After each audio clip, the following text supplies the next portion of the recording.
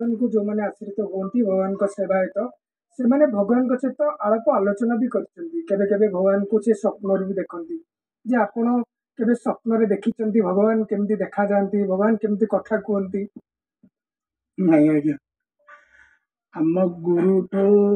आम गुरु श्रेष्ठ आमर होचंती गुरु मु तो सत्य सनातन महिमा धर्म रे दीक्षित वंश वंशधरी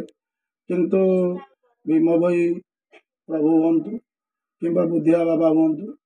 से माने निजे हुंका ही जाइछंती तो प्रभुंकर वासना भी पाई ना तेणु जदि किए स्वप्न देखी पारुथिबे से माने मानव विष्णु होइथिबे आमे साधु होगा ପାଇଁ चेष्टा करूछु। आउ गोटे कथा मन रखिथिबे साधारणतः आमे बाबा बोले संबोधन करूछु नहीं आज्ञा मते बहुत लोक आपण भी जते आसले मते बाबा बोले कहते नहीं बाबा शब्दर अर्थ आज्ञा बहुत ऊपर आमे प्रथमे सादा खाऊछु खाद्य को परिवर्तन कला परे साधु हबु साधु परे टिके संन्यास मनोभाव नबु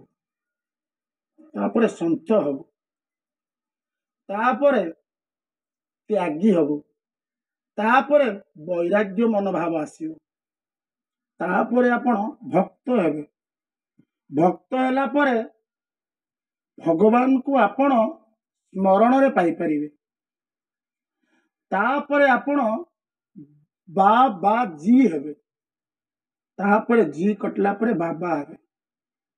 जदि आमे एबे बाबा बोली कहबा से होचंते देवादि देव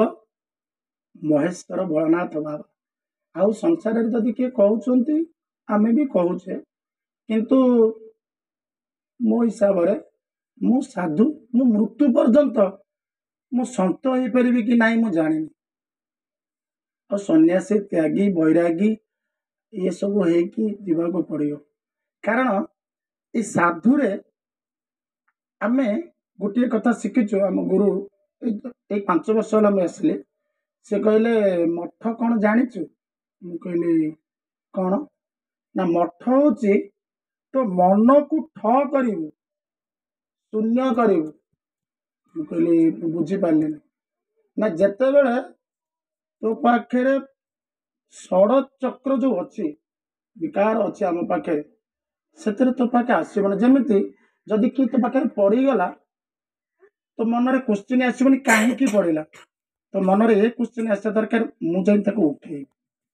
केवल गोटे आसो तेबे जाकि तू साधु हाँपाई योग्य हबु जिते बड़े तो मनटा ठ हम से कहला मन को करू ठरे मन होइब मठ भाବରେ डाकिले प्रभु को कथा कहिब फट फटरे